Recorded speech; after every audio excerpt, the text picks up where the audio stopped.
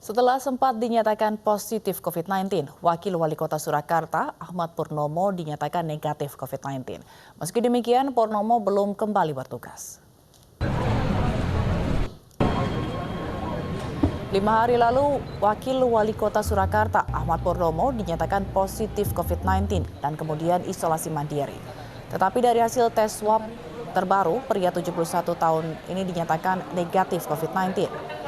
Namun Purnomo belum akan kembali beraktivitas sebagai Wakil Wali Kota Solo dan akan melanjutkan isolasi hingga 2 Agustus mendatang.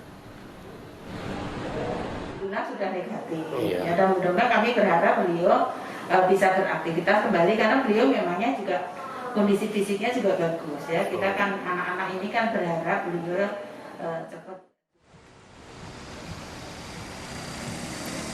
Sementara itu, 45 anggota DPRD Purwakarta dan 46 staf kesekretariatan Dewan menjalani tes swab di Rumah Sakit Umum Daerah Bayu Asih, Purwakarta. Pemeriksaan massal ini dilakukan setelah seorang pimpinan Dewan berinisial W dari fraksi PDIP dinyatakan positif COVID-19 berdasarkan hasil tes swab. W kemudian menjalani isolasi mandiri dan termasuk kategori orang tanpa gejala. Sebelumnya sejumlah pejabat termasuk Bupati Purwakarta Ane Ratna Mustika juga menjalani tes swab karena kerap bertemu dalam satu ruangan dengan W. Ane dinyatakan negatif COVID-19.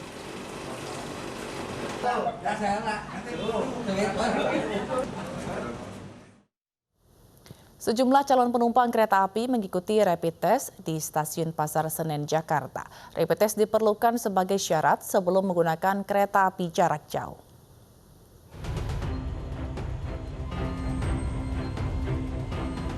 Rapid test yang digelar PT Kereta Api Indonesia diikuti sejumlah calon penumpang sebelum perjalanan dengan kereta api pada Rabu pagi.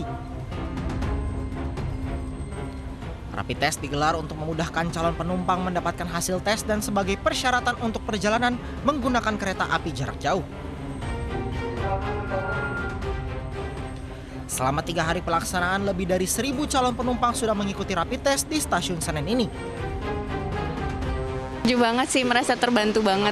Karena kalau di luaran kita pakai harganya masih sekitar 300.000, sedangkan di sini 85.000 itu sangat membantu banget. Sebenarnya agak nyesal sih, maksudnya ternyata di hari ini ada di Gambir juga dibuka dan lebih sepi. Kalau tahu gitu saya mendingan tadi ke Gambir. Iya, jadi info dari keretanya kayaknya kurang cepet deh. Jadinya tadi aku ngantri dari jam 7 tuh lumayan lama banget. Oke. Dan ini Mbak,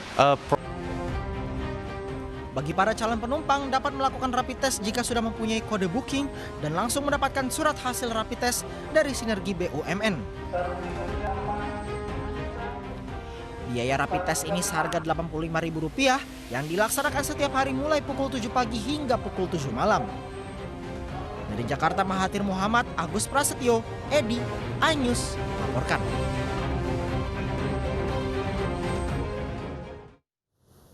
Gedung DPRD DKI Jakarta hari ini disemprot disinfektan usai ditemukannya kasus positif COVID-19. Kantor DPRD akan ditutup selama 5 hari ke depan. Sementara itu, jelang Hari Raya Idul Adha, penyemprotan disinfektan juga dilakukan di beberapa rumah ibadah di Jakarta.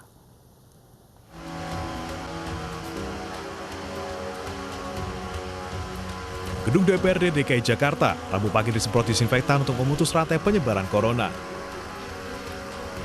Penyemprotan dilakukan di 2 gedung, yaitu di gedung fraksi lantai 9 serta ruang rapat paripurna, serta ada gedung lainnya selama 3 hari berturut-turut.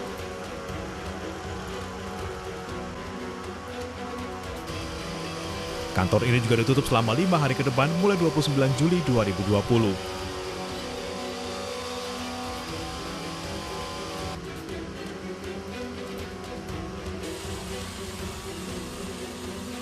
Penyemprotan disinfektan juga dilakukan petugas pemadam kebakaran Jakarta Timur di beberapa masjid, salah satunya Masjid Al-Ihsan di Jalan Pondok Kelapa, Duren Sawit pada Rabu siang.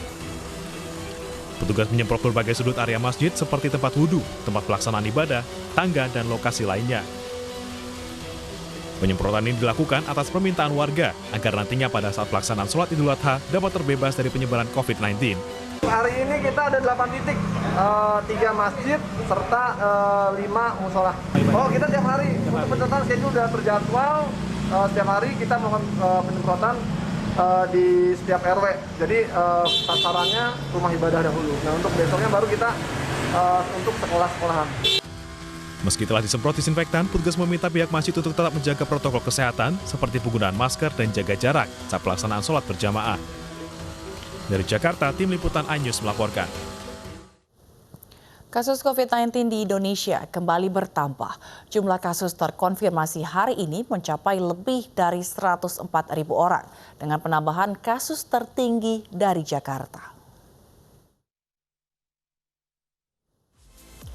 Hingga pukul 12 tadi, terdapat penambahan 2.381 kasus konfirmasi baru, sehingga total menjadi 104.432 kasus. Sementara itu pasien sembuh bertambah 1.599 orang sehingga menjadi 62.138. Dan untuk pasien meninggal dunia hari ini bertambah 74 orang sehingga menjadi 4.975 orang.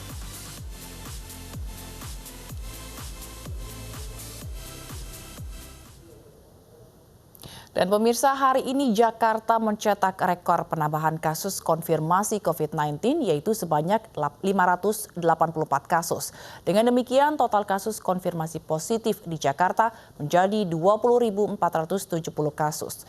Kelurahan Pademangan Barat di Jakarta Utara menjadi kelurahan dengan jumlah kasus tertinggi.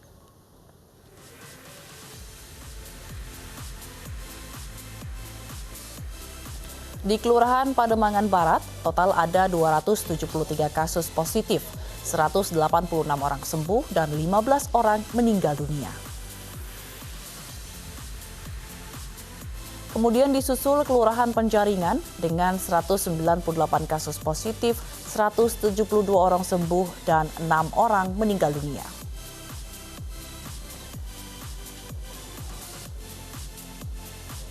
Kelurahan Sunter Agung di Kecamatan Tanjung Priok hingga hari ini mencatat ada 196 kasus positif COVID-19, 173 orang sembuh, dan 11 orang meninggal dunia.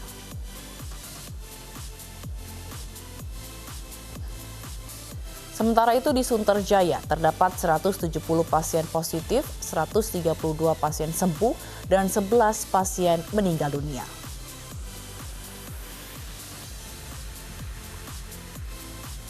Dan di Kelurahan Cempaka Putih Barat, Cempaka Putih, Jakarta Pusat hingga hari ini ada 167 kasus positif COVID-19, 70 orang sembuh, dan 8 orang meninggal dunia.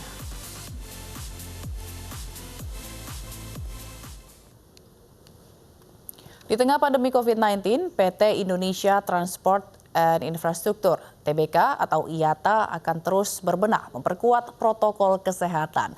Tak hanya itu, pada rapat umum pemegang saham RUPS tahun 2020, IATA juga akan memperkuat usaha di sektor transportasi dan infrastruktur.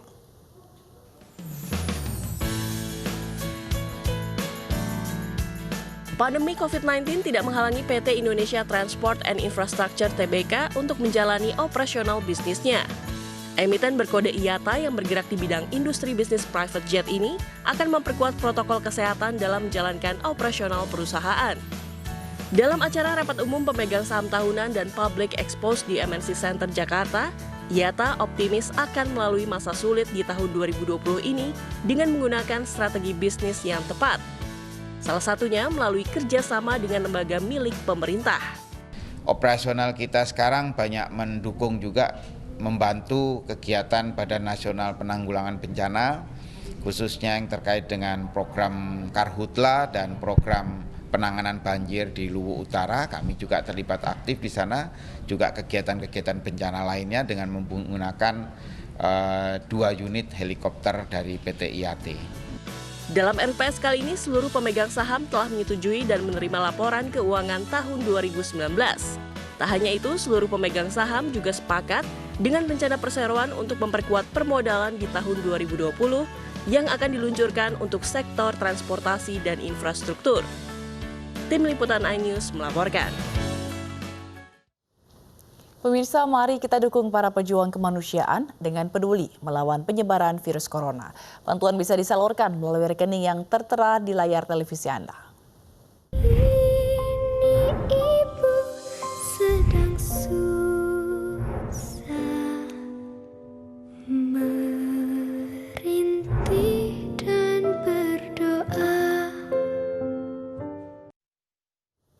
Beberapa gedung komersial terbakar di San Francisco, Amerika Serikat. Jangan kemana-mana, Ainus Malam segera kembali dengan informasi selengkapnya.